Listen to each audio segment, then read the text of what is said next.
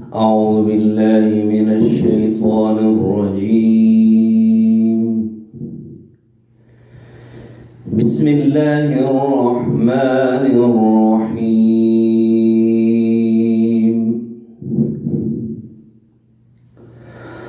طه ما أنزلنا عليك القرآن لتشقى